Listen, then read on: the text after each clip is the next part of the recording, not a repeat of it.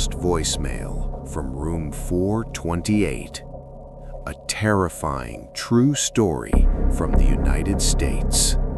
In October of 2014, room 428 at the Crescent View Motel in western Pennsylvania was just another cheap overnight stop for travelers. The motel sat off an old highway, surrounded by dense woods and a long stretch of road where phone signals often dropped without warning.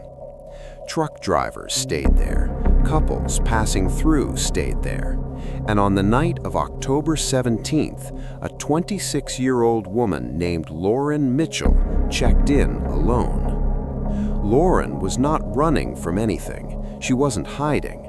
She was a freelance photographer driving from Ohio to New York for a weekend job.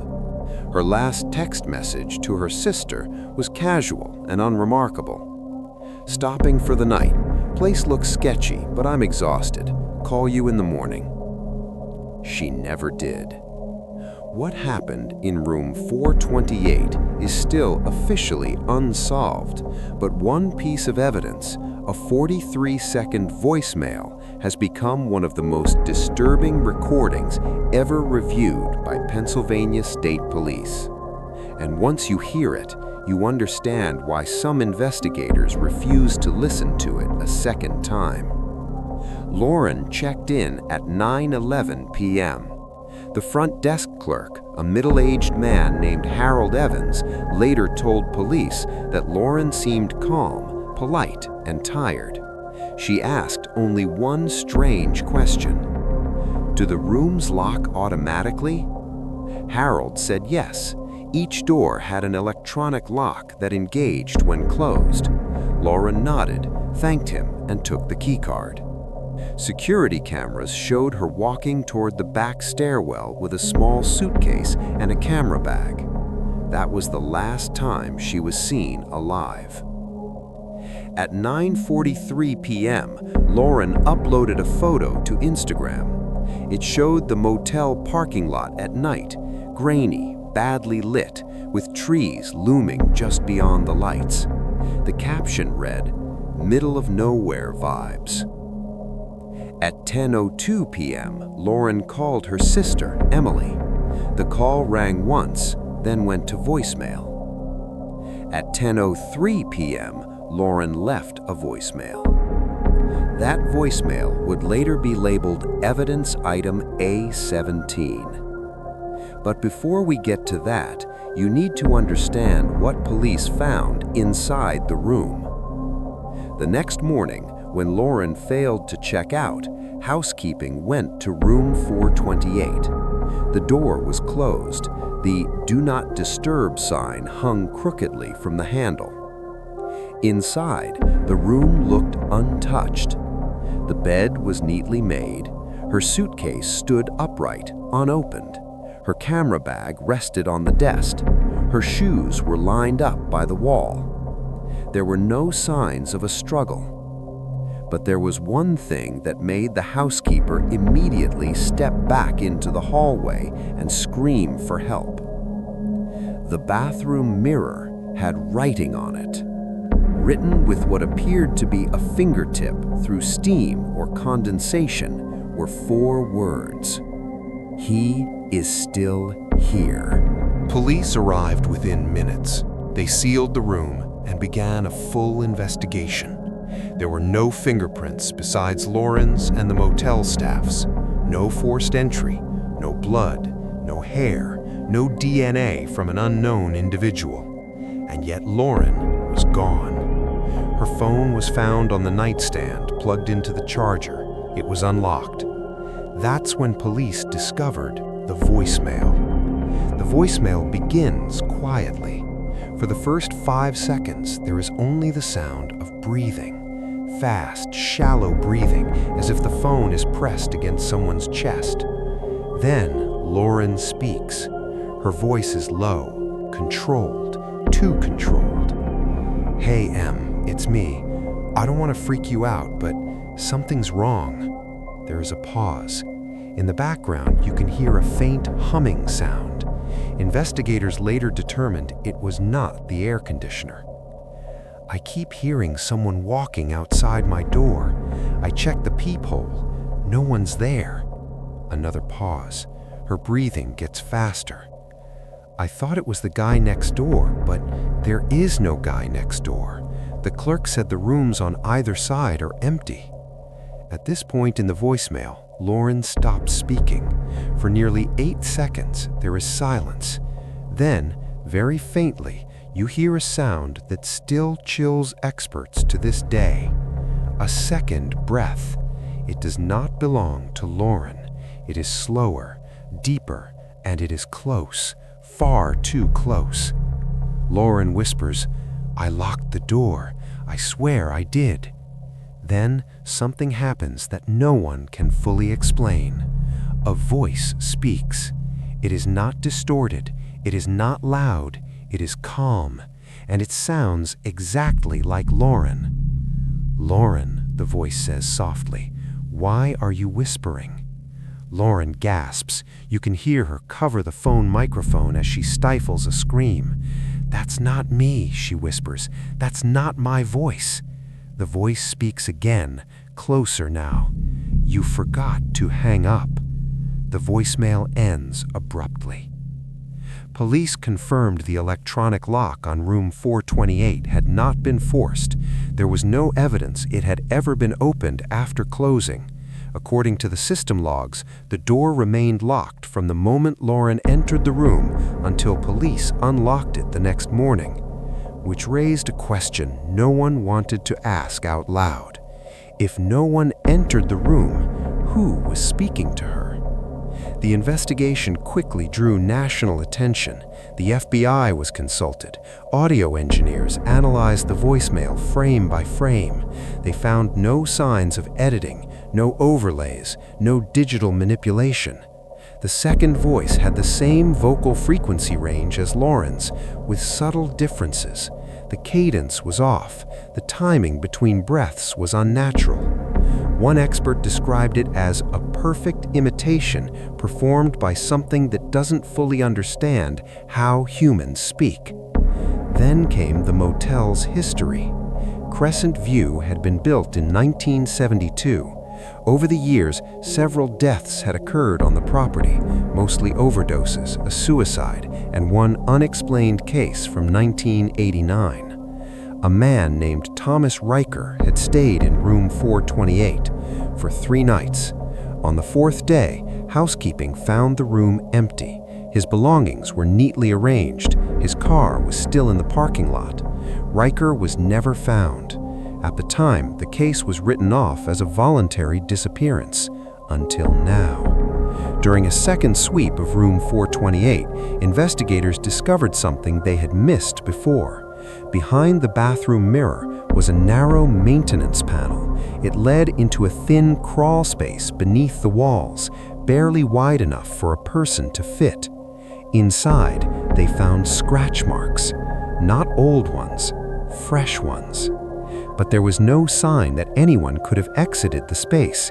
It did not connect to any other room, no vents, no access points. It was a dead end. Police searched the woods behind the motel for weeks. Dogs picked up Lauren's scent near the back stairwell and then lost it completely, as if she had vanished into thin air. The case went cold until February 2016.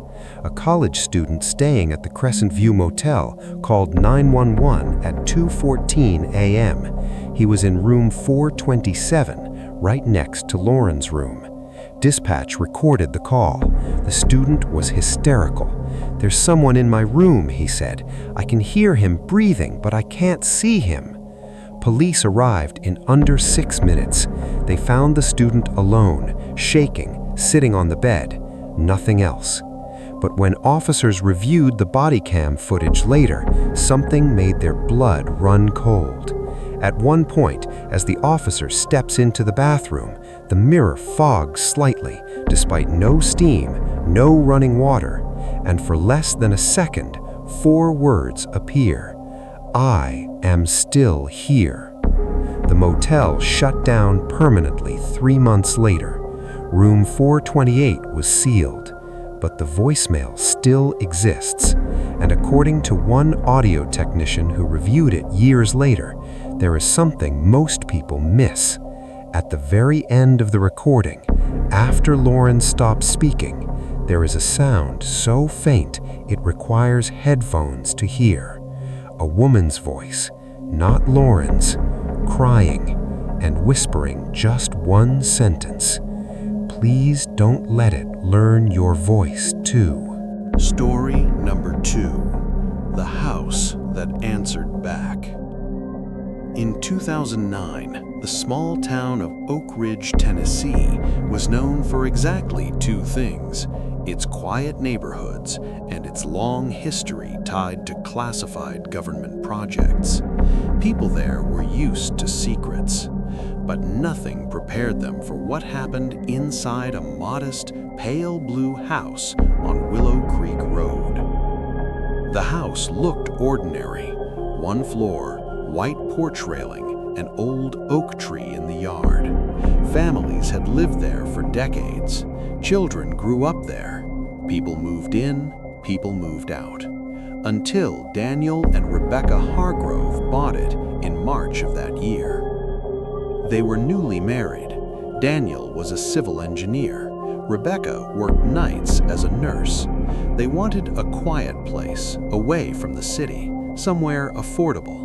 The realtor mentioned nothing unusual, just that the previous owner had passed away and the house had been vacant for about a year.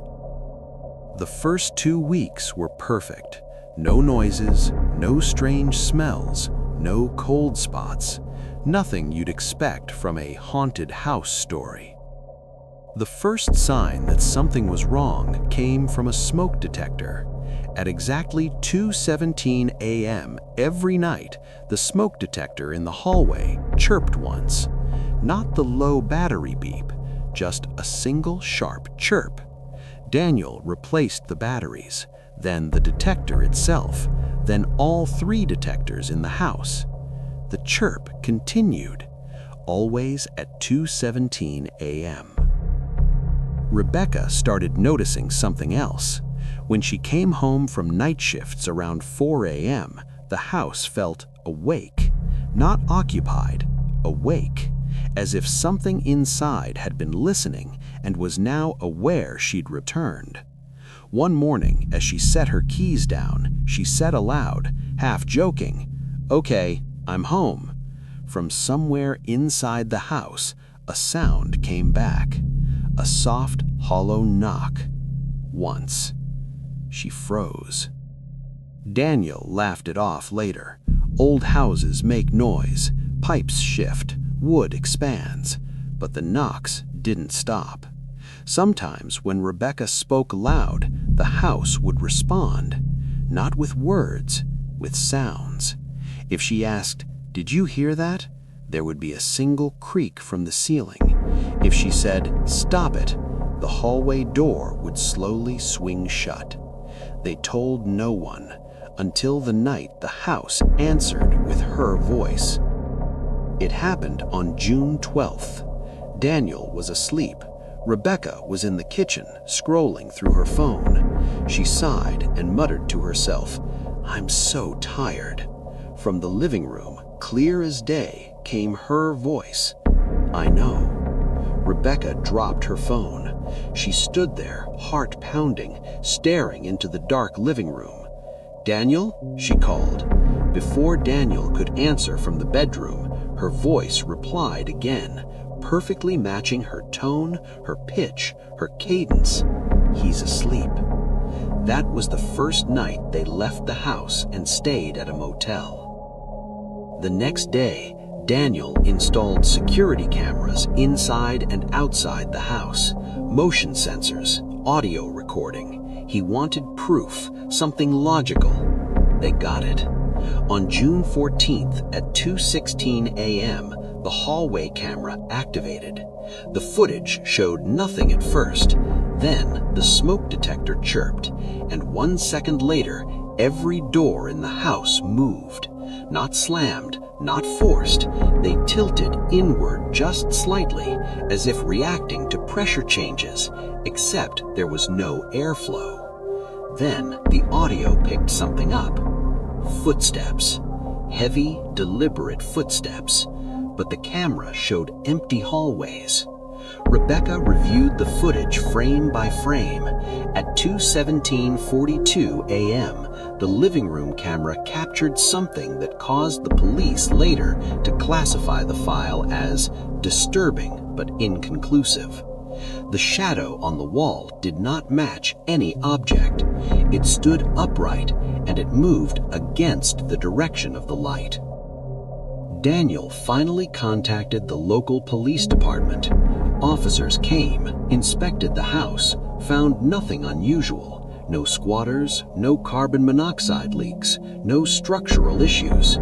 But one officer, before leaving, asked a strange question. "Did you know this house used to be owned by the government?" Daniel thought it was a joke. It wasn't.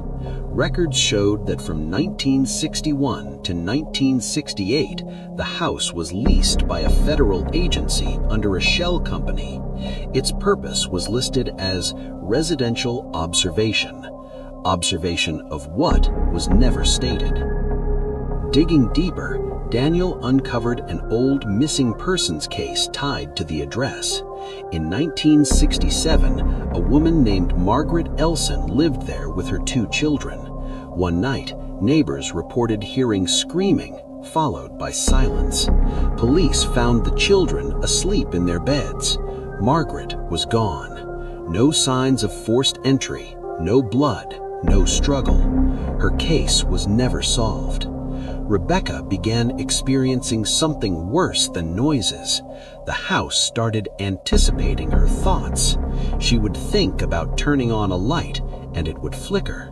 She would stand at the sink thinking about calling her sister, and the phone would ring. No one on the line. At night, she dreamed of standing in the hallway while something stood just out of sight, mimicking her breathing. Daniel finally decided they were leaving. On the night of July 3rd, they packed what they could and planned to stay with friends.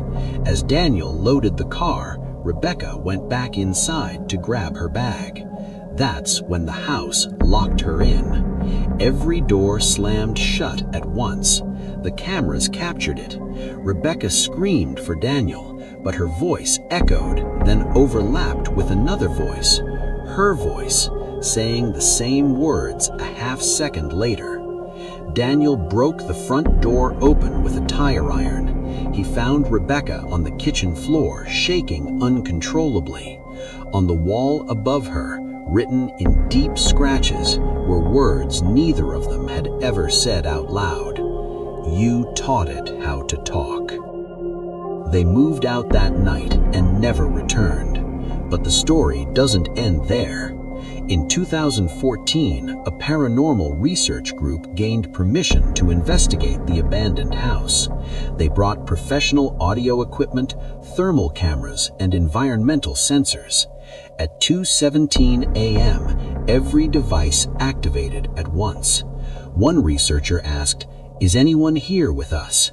The response came immediately, not through a spirit box, not through static, but through the house itself.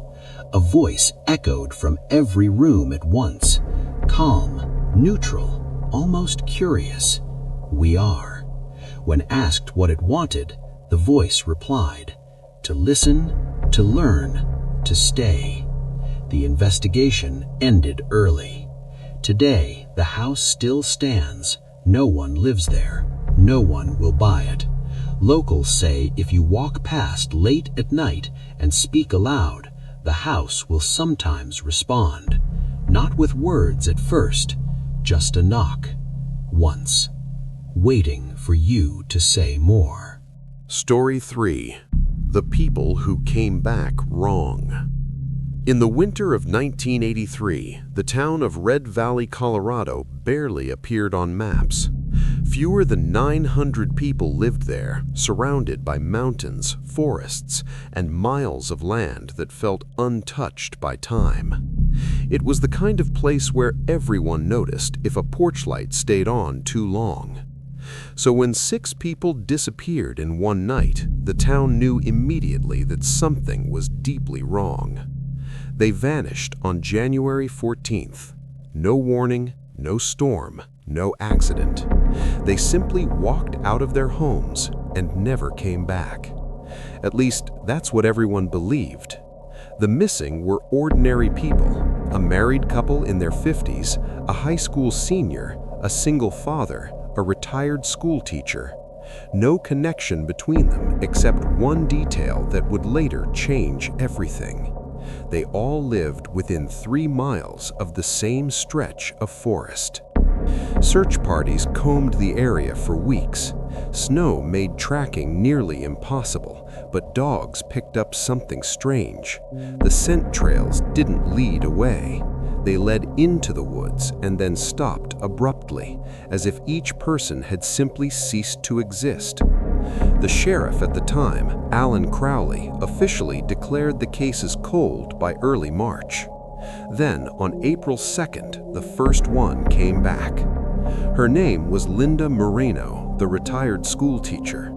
She walked into the Red Valley gas station at 6:18 a.m., barefoot, wearing the same coat she disappeared in nearly 3 months earlier.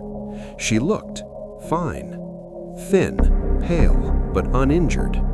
The clerk immediately called police. Linda answered questions calmly, too calmly. She said she had been lost. She couldn't explain where. She couldn't explain how. When asked about the other missing people, she looked confused.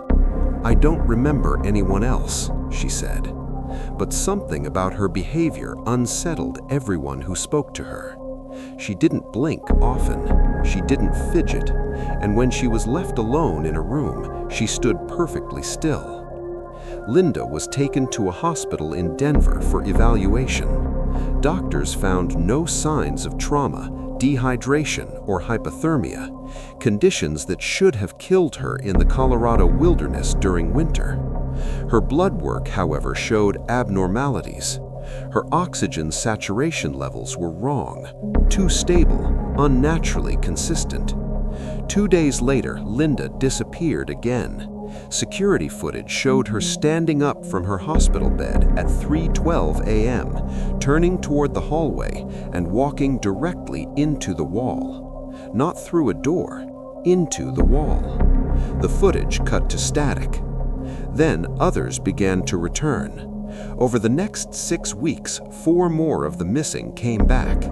Each one appeared suddenly.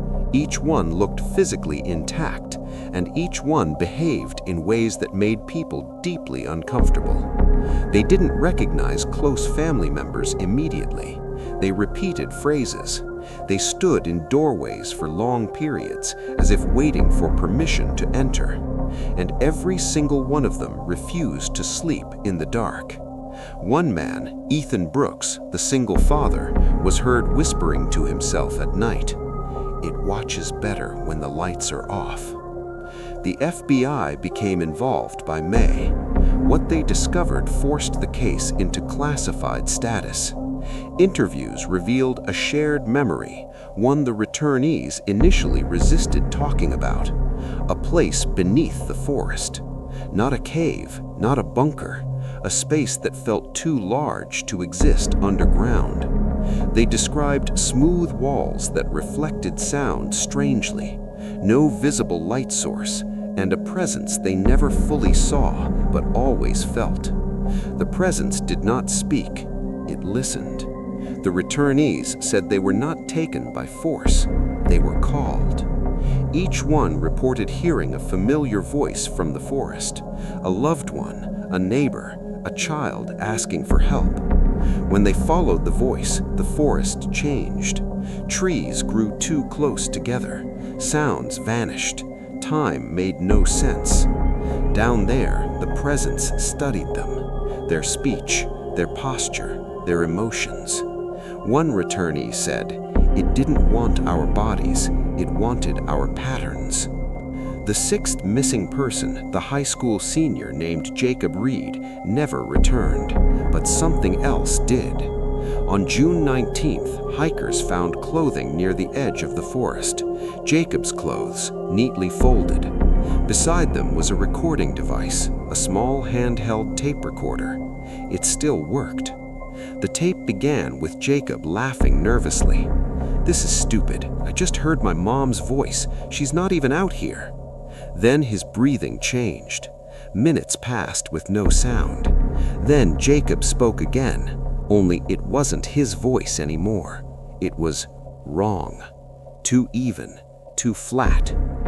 "It is easier now. We are closer to finishing." The tape ended with a sound investigators could never identify, a deep vibration that caused audio equipment to malfunction during playback. By late summer, the returnees began to change, physically. Their movements became less fluid. Their facial expressions lagged behind their emotions. They struggled with mirrors. One woman shattered her bathroom mirror and screamed, "That's not where I am anymore."